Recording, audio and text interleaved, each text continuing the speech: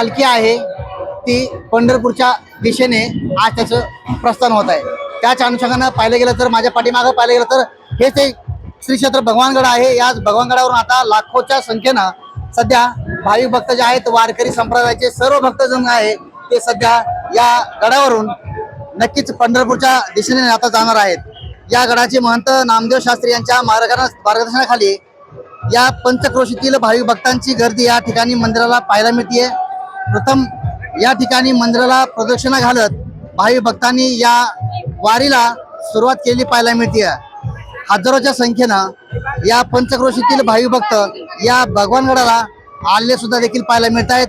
नक्कीच ही पालखी पंढरपूरच्या दिशेने आता 7 ते 8 दिवस पायी चालत जात विठ्ठलरायाचं दर्शन नक्कीच पंढरपूरमध्ये घेतले जाणार आहे, जेणेकरून या वारीमध्ये कुठलीही अडचण येणार नाही, कुठलीही बाधा होणार नाही याची काळजी या भगवानगडाच्या वतीने घेण्यात आली आहे। मात्र पोलीस प्रशासन असेल, आरोग्य विभाग प्रशासन असेल यांनी देखील मोठ्या प्रमाणावर या ठिकाणी या वारीची तयारी केली पाहायला मिळते।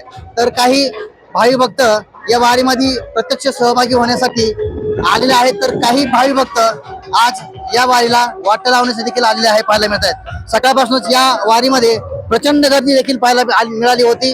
आता काही क्षणामध्ये या गडाचे महंत नामदेव शास्त्री यांच्या प्रमुख उपस्थितीमध्ये आता या वारीला सुरुवात होती, या दिंडीला सुरुवात होती आहे।